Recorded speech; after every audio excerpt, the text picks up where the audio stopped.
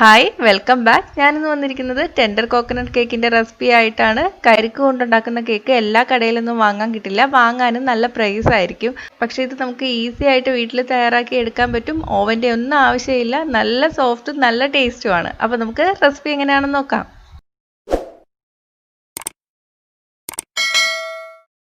ആദ്യം നമുക്ക് കേക്കിന് വേണ്ടിയിട്ടുള്ള ഡ്രൈ ഇൻഗ്രീഡിയൻസ് തയ്യാറാക്കി എടുക്കാം. ഞാനിവിടെ 1.5 കപ്പ് മൈദമാവാണ് എടുത്തിരിക്കുന്നത്. ഇതിലോട്ട് 3/4 ടീസ്പൂൺ ബേക്കിംഗ് പൗഡർ ചേർത്ത് കൊടുക്കാം. 1/4 ടീസ്പൂൺ ബേക്കിംഗ് സോഡ, 2 നുള്ളു ഉപ്പ്, ഇതെല്ലാം കൂടി ചേർത്തിട്ട് നന്നായിട്ടൊന്ന് അരിച്ചെടുക്കാം. ബേക്കിംഗ് സോഡയും ബേക്കിംഗ് പൗഡറും എല്ലായിടത്തും ആയി വരാൻ വേണ്ടിയിട്ടാണ് അരിച്ചെടുക്കുന്നത്. ഇപ്പം അരിച്ചെടുത്തിട്ടുണ്ട്, നമുക്കിത് മാറ്റി വയ്ക്കാം. ഇനി ഞാനിവിടെ 5 മുട്ടയാണ് എടുത്തിട്ടുള്ളത്. മുട്ടയുടെ മഞ്ഞക്കരുവും വെള്ളയും മാറ്റി വെച്ചിട്ടുണ്ട്. ഞാൻ പൊട്ടിച്ചൊഴിച്ചപ്പോൾ കുറച്ച് മഞ്ഞ ഈ വെള്ളയിലോട്ട് വീണ് പോയിട്ടുണ്ട്, അതാണ് ഈ കളറ്. ഇനി നമുക്ക് മുട്ടയുടെ വെള്ള നന്നായിട്ട് ബീറ്റ് ചെയ്തെടുക്കണം. ഒന്നുകിൽ ഹാൻഡ് വിസ്ക് യൂസ് ചെയ്യാം, അല്ലെങ്കിൽ ബീറ്റർ യൂസ് ചെയ്യാം. ഹാൻഡ് വിസ്ക് ആണെങ്കിൽ കുറച്ച് സമയം എടുക്കും. നേരത്തെ ഇട്ട സ്പോഞ്ച് കേക്കിലും പറഞ്ഞിട്ടുണ്ട്, നല്ല സ്റ്റിഫ് പീക്ക് ആവുന്ന വരെ നമ്മൾ ബീറ്റ് ചെയ്തെടുക്കണം. സ്റ്റിഫ് പീക്ക് ആവുന്ന വരെ വേണം നമ്മൾ ബീറ്റ് ചെയ്തെടുക്കാൻ. അപ്പോൾ ഇത് റെഡി ആയിട്ടുണ്ട്. എടുത്തു മാറ്റുമ്പോൾ ഇതുപോലെ പൊങ്ങി നിൽക്കണം. ഇനി നമുക്കിത് മാറ്റി വയ്ക്കാം. ഇനി നമുക്ക് മുട്ടയുടെ മഞ്ഞക്കരു ബീറ്റ് ചെയ്തെടുക്കാം. ആദ്യം ഒന്ന് ചെറുതായിട്ടൊന്ന് ബീറ്റ് ചെയ്ത് കൊടുക്കാം. ഇനി ഇതിലോട്ട് 1 കപ്പ് പൊടിച്ച പഞ്ചസാര കൂടി ചേർക്കാം. പഞ്ചസാര പൊടിച്ച് തന്നെ ചേർക്കാം കേട്ടോ. ഒന്ന് സ്പൂൺ വെച്ചിട്ട് മിക്സ് ചെയ്ത് കൊടുക്കാം, അല്ലെങ്കിൽ നമ്മൾ ബീറ്റർ വെച്ചിട്ട് മിക്സ് ചെയ്യുമ്പോൾ പുറത്തോട്ട് തെറിക്കും. ഇനി ഇത് ബീറ്റർ വെച്ചിട്ടോ ഹാൻഡ് വിസ്ക് വെച്ചിട്ടോ നന്നായിട്ട് ബീറ്റ് ചെയ്ത് കൊടുക്കണം. ഈ യെല്ലോ കളറൊക്കെ മാറി വരും, നല്ല വെള്ള കളറായിട്ട് വരും, അതുവരെ നമ്മൾ ബീറ്റ് ചെയ്തെടുക്കണം. ഇനി നമുക്ക് ഇതിലോട്ട് 1/2 കപ്പ് തേങ്ങാപ്പാൽ, 1/4 കപ്പ് വെജിറ്റബിൾ ഓയിൽ, ഞാനിപ്പോൾ സൺഫ്ലവർ ഓയിലാണ് എടുത്തിരിക്കുന്നത്, 1 ടീസ്പൂൺ വാനില എസൻസ്, ഇതെല്ലാം കൂടി ചേർത്തിട്ട് ഒന്നും കൂടി ഒന്ന് ബീറ്റ് ചെയ്യാം. ഇനി നമുക്ക് ഇതിലോട്ട് നമ്മൾ അരിച്ചു വെച്ചിരിക്കുന്നില്ലേ മാവ്, അത് ചേർത്ത് കൊടുക്കാം. മിക്സ് ചെയ്യുമ്പോൾ ഇതേപോലെ ഒരേ ഡയറക്ഷനിൽ വേണം മിക്സ് ചെയ്യാൻ. ഇതിനകത്ത് ചെറുതായിട്ട് കട്ട പിടിച്ച് കിടക്കുന്നുണ്ട്, അതും കൂടി ഒന്ന് മാറിക്കിട്ടാൻ വേണ്ടിയിട്ട് ഒന്നും കൂടി ഒന്ന് ബീറ്റ് ചെയ്ത് കൊടുക്കുക. ലോ സ്പീഡിൽ ഇട്ടിട്ടാണ് ബീറ്റ് ചെയ്യുന്നത്. ഹാൻഡ് വിസ്ക് വെച്ചിട്ട് ചെയ്താലും മതി, കൂടുതൽ ബീറ്റ് ചെയ്യരുത്, എന്നാൽ കേക്കിൻ്റെ സോഫ്റ്റ്നെസ് പോവും.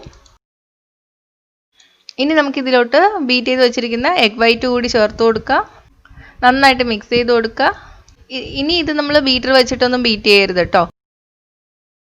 നന്നായിട്ട് മിക്സ് ചെയ്തിട്ടുണ്ട്, ഇതുപോലെ വേണം കേക്ക് ബാറ്റർ ഇരിക്കാൻ. ഇതിന് ശേഷം നമ്മൾ ബീറ്ററൊന്നും വെച്ചിട്ട് ബീറ്റ് ചെയ്യരുത്. അപ്പോൾ ബാറ്റർ റെഡി ആയിട്ടുണ്ട്. ഇനി നമുക്കിത് ബേക്ക് ചെയ്തെടുക്കാം. ബേക്ക് ചെയ്യാൻ വേണ്ടിയിട്ട് ഒരു കേക്ക് ടിൻ എടുത്തിട്ടുണ്ട്. ഇതിലോട്ട് കുറച്ച് എണ്ണ തേച്ച് കൊടുക്കാം. എണ്ണ ഇല്ലെങ്കിൽ ബട്ടറോ അല്ലെങ്കിൽ നെയ്യോ തേച്ചാലും മതി. ഇതിൻ്റെ മുകളിലോട്ട് കുറച്ച് മാവും കൂടി ഇട്ട് കൊടുക്കാം. എല്ലായിടത്തും ആകുന്ന വിധത്തിൽ മാവൊന്ന് തട്ടിക്കൊടുക്കുക. ബട്ടർ പേപ്പർ വെച്ച് കൊടുക്കാം. ഇത് കേക്ക് ഒട്ടിപ്പിടിക്കാതിരിക്കാൻ വേണ്ടിയിട്ടാണ്. ഇനി ഇതിൻ്റെ മുകളിലോട്ട് നമുക്ക് ബാറ്റർ ഒഴിച്ചു കൊടുക്കാം. ഇനി ഇതൊന്ന് തട്ടിക്കൊടുക്കാം, എയർ ബബിൾസ് ഒക്കെ പോകാൻ വേണ്ടിയിട്ടാണ്. ഓവനിലാണ് ബേക്ക് ചെയ്യുന്നതെങ്കിൽ 180 ഡിഗ്രി സെൽഷ്യസിൽ 25 മുതൽ 30 മിനിറ്റ് ഒക്കെ മതിയാവും. അപ്പം ഞാൻ ഓവനിലല്ല ചെയ്യുന്നത്. ഒരു ചൂട് കട്ടിയുള്ള പാത്രത്തിൽ ഉപ്പിട്ട് കൊടുത്തിട്ടുണ്ട്, അതിൻ്റെ മുകളിലോട്ട് ഒരു തട്ടും കൂടി വെച്ച് കൊടുത്തിട്ടുണ്ട്. ഇനി ഇത് അടച്ച് വെച്ചിട്ട് 10 മിനിറ്റ് ഹൈ ഫ്ലെയിമിൽ നന്നായിട്ട് ചൂടാക്കി എടുക്കാം. അടയ്ക്കുന്ന അടപ്പിൽ എന്തെങ്കിലും ഹോൾ ഉണ്ടെങ്കിൽ ഇതുപോലെ അലുമിനിയം ഫോയിൽ വെച്ചിട്ട് അടച്ചു കൊടുക്കുക. ചൂട് പുറത്തോട്ട് പോവരുത്. 10 മിനിറ്റ് കഴിഞ്ഞിട്ടുണ്ട്, നന്നായിട്ട് ചൂടായിട്ടുണ്ട്. ഇതിലോട്ട് കേക്ക് ടിന്ന് വെച്ച് കൊടുക്കാം. എന്നിട്ട് പെട്ടെന്ന് തന്നെ അടച്ചു കൊടുക്കുക. കുറേ നേരം തുറന്ന് വയ്ക്കരുത്, എന്നാൽ ചൂട് കുറഞ്ഞു പോകും. ഇനി ഇത് അടച്ചു വെച്ചിട്ട് 25 മുതൽ 30 മിനിറ്റ് വരെ ബേക്ക് ചെയ്തെടുക്കാം. 25 മിനിറ്റ് കഴിഞ്ഞിട്ടുണ്ട്. ഇനി ഇതിലോട്ട് ഒരു പപ്പടക്കോൽ വല്ലതും വെച്ചിട്ടൊന്ന് കുത്തി നോക്കാം. മാവൊന്നും പിടിച്ചു വരുന്നില്ല, കേക്ക് റെഡി ആയിട്ടുണ്ട്. നിങ്ങൾ സ്പോഞ്ച് കേക്ക് ഉണ്ടാക്കുമ്പോൾ ശ്രദ്ധിക്കുക, ഇടയ്ക്കിടയ്ക്ക് തുറന്ന് നോക്കരുത് കേട്ടോ, എന്നാൽ കേക്ക് നല്ലപോലെ വരില്ല, താന്നു പോവും. കേക്ക് ചൂടാറുന്നതിന് മുന്നേ തന്നെ നമ്മൾ പാത്രത്തിൽ നിന്ന് ഇളക്കി മാറ്റണം. സൈഡൊക്കെ ഒരു കത്തി കൊണ്ട് ഇളക്കി കൊടുക്കുക. ഇനി ഇതൊരു വയർ ഫ്രെയിമിലോ അല്ലെങ്കിൽ പാത്രത്തിലോട്ടോ മാറ്റി കൊടുക്കുക. ബട്ടർ പേപ്പർ ഇളക്കി മാറ്റാം. ഇനി ഇതൊന്ന് ചൂടാറി വരണം. അപ്പോഴത്തേക്ക് നമുക്ക് കരിക്കൊന്ന് അരച്ചെടുക്കണം. ഞാനിവിടെ 2 കരിക്കിൻ്റെ ഫ്ലഷാണ് എടുത്തിരിക്കുന്നത്. ഏകദേശം 1 കപ്പ് കരിക്കുണ്ട്. ഞാൻ എടുത്തിരിക്കുന്ന 1 കപ്പ് 240 ml ആണ്. ഇതിലോട്ട് 5 ടേബിൾ സ്പൂൺ കണ്ടൻസ്ഡ് മിൽക്കും കൂടി ചേർത്തിട്ട് നന്നായിട്ടൊന്ന് അരച്ചെടുക്കാം. വേറെ വെള്ളമൊന്നും ചേർക്കരുത്.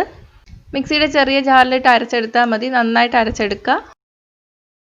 ഇപ്പോൾ ഇത് അരച്ചെടുത്തിട്ടുണ്ട്. ഇനി ഞാനിവിടെ 1 കപ്പ് കരിക്കിൻ്റെ വെള്ളമാണ് എടുത്തിരിക്കുന്നത്. ഇതിലോട്ട് 5 ടേബിൾ സ്പൂൺ പഞ്ചസാര കൂടി ചേർത്തിട്ട് നന്നായിട്ടൊന്ന് മിക്സ് ചെയ്തെടുക്കാം. പഞ്ചസാര നന്നായിട്ട് അലിഞ്ഞു വരണം. പഞ്ചസാര അലിഞ്ഞിട്ടുണ്ട്. ഇനി നമുക്കിത് മാറ്റി വയ്ക്കാം.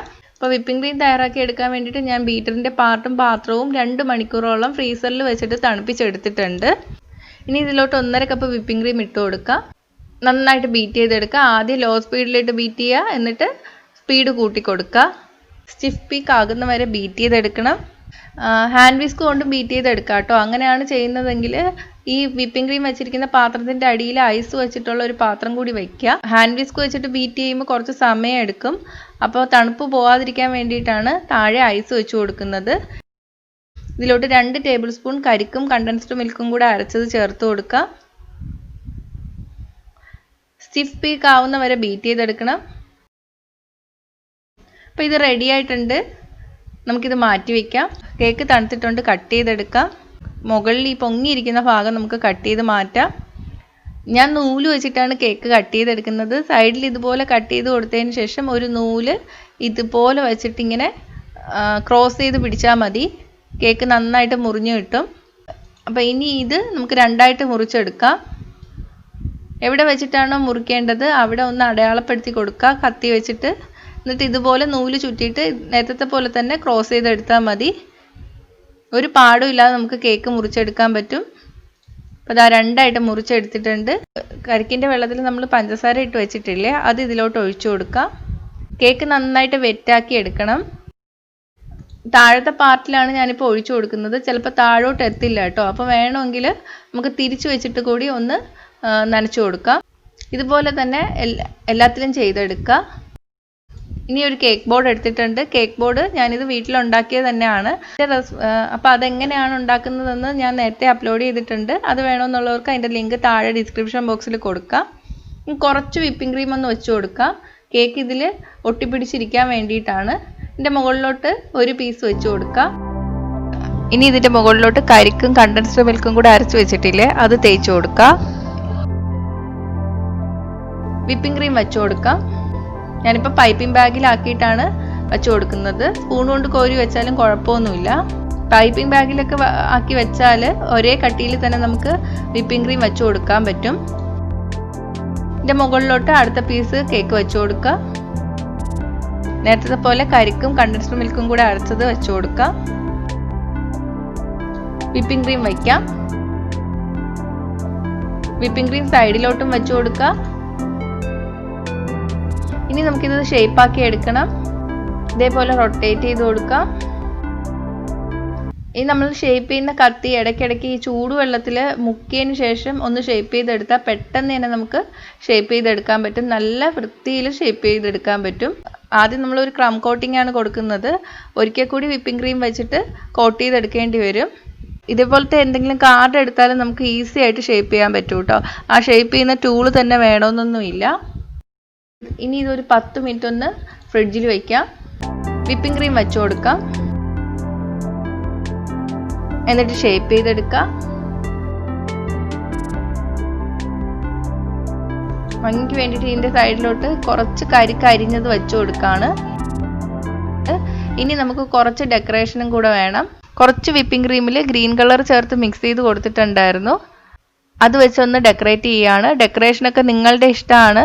അപ്പം നിങ്ങൾക്ക് ഇഷ്ടമുള്ള പോലെ ഡെക്കറേറ്റ് ചെയ്തെടുക്കാം കേട്ടോ. ഞാനിപ്പോൾ കരിക്കായതുകൊണ്ടാണ് വെള്ളയും പച്ചയും കളറിൽ ഡെക്കറേറ്റ് ചെയ്തെടുക്കുന്നത്. ഇനി ഇതിൻ്റെ മുകളിൽ ഒന്ന് മറഞ്ഞിരിക്കാൻ വേണ്ടിയിട്ട് ഇതുപോലെ പൂവ് വരച്ചു കൊടുക്കുക. അപ്പം ഞാൻ സൈഡിലും ഗ്രീൻ വെച്ച് കൊടുത്തിട്ടുണ്ട്. അപ്പോൾ കേക്ക് റെഡി ആയിട്ടുണ്ട്. കാണാനിപ്പോൾ നല്ല ഭംഗിയില്ലേ. ഇനി ഇത് ഫ്രിഡ്ജിൽ 30 മിനിറ്റ് കൂടി വയ്ക്കാം, സെറ്റായി കിട്ടാൻ വേണ്ടിയിട്ടാണ്. അപ്പോൾ അതാ നമ്മുടെ കേക്ക് കട്ട് ചെയ്ത് കാണിച്ചു തരാം. എന്ത് സോഫ്റ്റ് ആണെന്ന് നോക്കിയേ. കടയിൽ നിന്നൊക്കെ വാങ്ങുന്ന കേക്കിനേക്കാളും സോഫ്റ്റും ടേസ്റ്റുമാണ്. വായിലിട്ടാൽ അലിഞ്ഞു പോവും. അപ്പോൾ എന്തായാലും ഒന്ന് ട്രൈ ചെയ്ത് നോക്കുക. നോക്കിയിട്ട് നിങ്ങളുടെ അഭിപ്രായം കമൻറ്റ് ചെയ്യുക. ഇഷ്ടമായെങ്കിൽ ലൈക്കും ഷെയറും ചെയ്യുക. ഇഷ്ടപ്പെട്ടില്ലെങ്കിൽ ഡിസ്ലൈക്കും ചെയ്യുക. കൂടുതൽ റെസിപ്പികൾക്കായിട്ട് ചാനൽ ഇതുവരെ സബ്സ്ക്രൈബ് ചെയ്യാത്തവർ സബ്സ്ക്രൈബ് ചെയ്യാൻ മറക്കല്ലേ. അപ്പോൾ അടുത്ത നല്ലൊരു റെസിപ്പി ആയിട്ട് കാണാം. ബൈ.